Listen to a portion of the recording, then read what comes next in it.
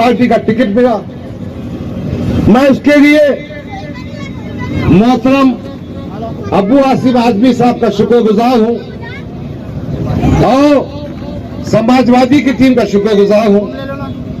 मैं उन नौजवानों का शुक्रगुजार हूं जिन्होंने इस मुश्किल हालात में मेरी मदद करने का वादा किया।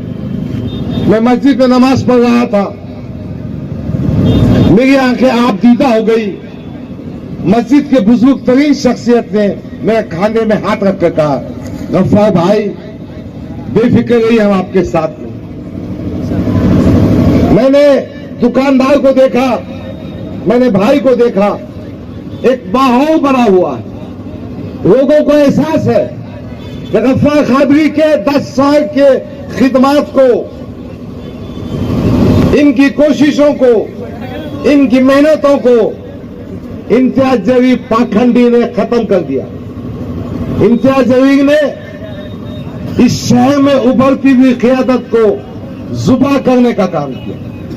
अजीज़ान गिरामी, मैं आपसे वादा करता हूं और ये कहना चाहता हूं कि अल्लाह के फज़ल करम से मैं कोई नंगा बुक्का नहीं हूं।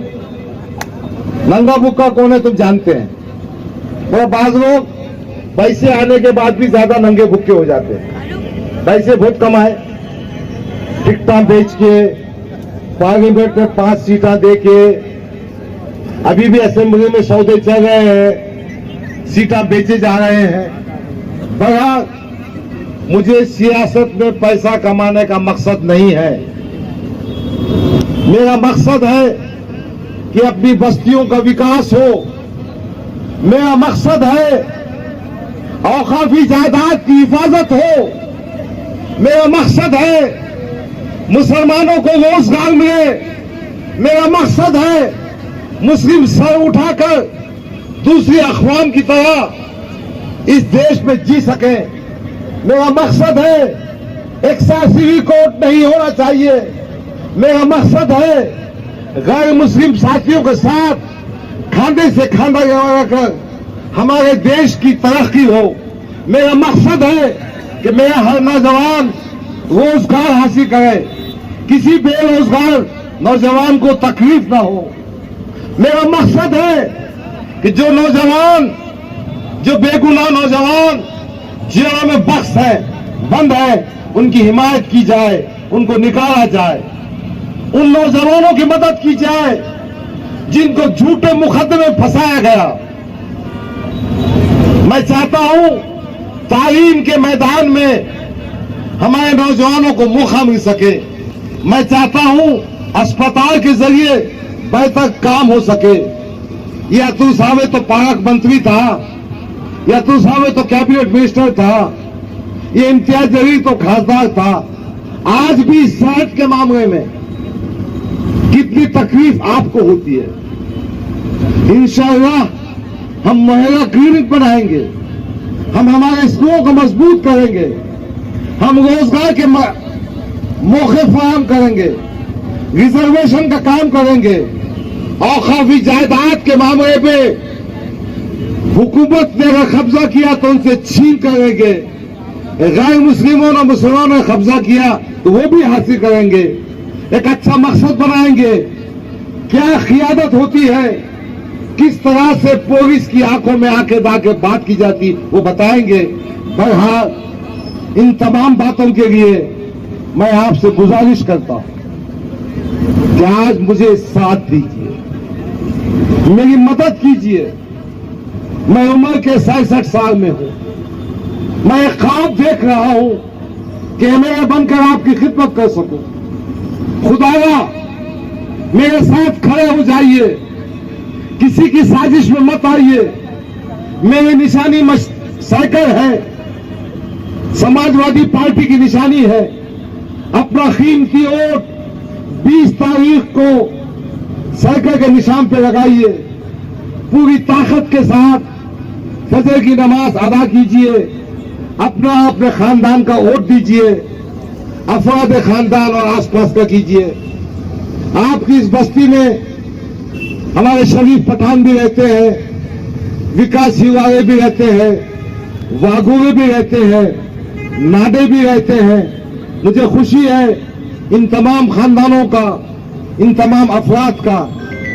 मुझे तो खुशी उस दिन होगी कि जब जुमा खान हमारे जो भाई है उनकी मोहब्बत में आप लोग आए, मेरे बड़े मेरे छोटे, और जहां जहां तक मेरी आवाज पहुंच रही है, आप सभी को मेरा सलाम। मेरे भाई, ये एक इंतखाबी जलसा है और आपको मालूम है कि 20 तारीख को आपको वोट करना है। मैं एक कश्मकश की कहानी में हूं, शायद आपको मालूम होगा, ये वही जगह है जब 2019 का इंतखाबात था। मैं डॉक्टर साहब के लिए, मेरे भाई, मेरे आने का मकसद यहां पर यह है, मैं आपके बीच में आया हूं कि आपके बीच में एक सियासी शऊर पैदा कर सकूं और आपको बता सकूं कि कौम का मुस्तकबिल आज कहां पर है और किसके हाथों में है। हमने जिसके हाथों में कौम का मुस्तकबिल दे रखा है, पूरे महाराष्ट्र में मुसलमानों के मुस्तकबिल को बेच दिया। मैं तमाम बातें आपको बताऊंगा जब मैं यहां से जाऊं मेरे भाई। तो आप लोग भी जब यहां से जाना तो गौरव फिक्र करना कि ये नौजवान जिसने अपने कौम के मुस्तकबिल के लिए 12 साल कुर्बान कर दिए जमात के लिए, 12 साल जिसने मजलिस का झंडा पकड़कर चला, आज वो यहां पर क्यों खड़ा है? मेरी 12 साल की कुर्बानियों को जाया करने वाले का नाम इम्तियाज जलील है। मेरी गलती सिर्फ इतनी थी मेरे भाई कि मैं 2019 में उनके पास, और कहिए साहब, जब 2014 में आप यहां पर आए थे तो आपने कौम के लोगों को क्या बोला था कि मैं पूरे महाराष्ट्र में तुम्हारे मुस्तकबिल की लड़ाई लड़ने निकला हूं, नबीर से लेकर जालना तक, जालना से लेकर उस्मानाबाद तक, उस्मानाबाद से लेकर औरंगाबाद तक, बुल्ढाना तक, वहां मुंबई तक, मैं सब जगह मुसलमानों तुम्हारे मुस्तकबिल के लिए निकला हूं। और उन्होंने हवाला दिया था कि सच्चर कमेटी क्या कहती है, महमूदुर रहमान कमेटी क्या कहती है, गोपाल कमीशन कमेटी क्या कहती है। उन्होंने यह हवाला दिया था कि आज हिंदुस्तान के मुसलमान दलितों से भी बदतर जिंदगी जी रहा है। उन्होंने कहा था कि अगर आप लोग हमारे नुमाइंदों को जुटाकर ऐवान में भेजते हो तो जो काम हम हैदराबाद में कर रहे हैं, जो गरीब बच्चों को तालीम दे रहे हैं, जो गरीब आवाम के लिए फ्री में इलाज दे रहे हैं, वो सारी चीज आपके औरंगाबाद में भी की जाएगी। तो मेरे भाई, 10 साल कोई कम नहीं होते।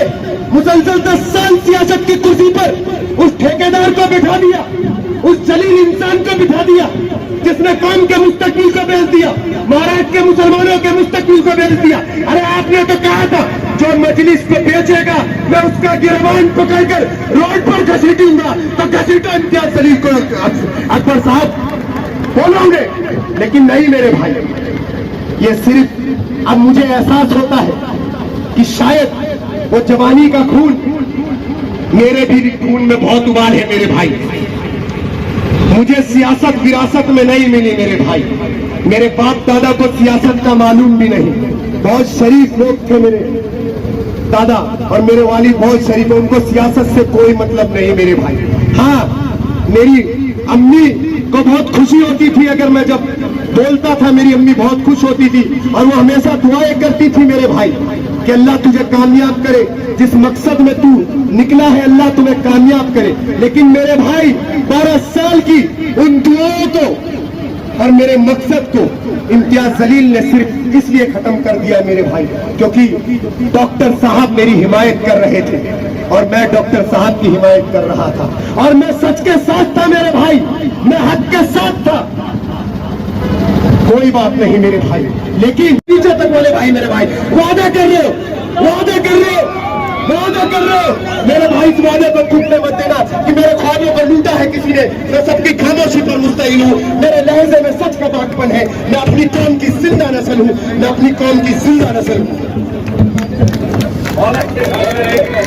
डॉक्टर गफ्फार कादरी से गुजारिश करता हूँ कि वो हमारे भाई कलीम कुरैशी साहब का इस्तेमाल करें।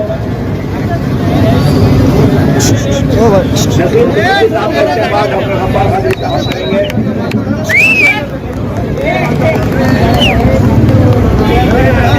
हमारे बीच नसीम सिद्दीकी साहब का इस्तेमाल डॉक्टर गफ्फार कादरी साहब कर रहे हैं। आओ साहब, जोर ओ से भैया, तालियां बजाइए, ओ भैया, तालियां बजाइए। ओ भैया पीछे आओ सर। हमारे बीच रऊफ साहब मौजूद है। रऊफ साहब का स्वागत डॉक्टर गफ्फार कादरी साहब करेंगे। हमारे बीच उमदा डॉक्टर गफ्फार कादरी साहब इस्तेमाल कर रहे हैं, शकील भाई ऑयल वाले। इसी तरह से गफ्फार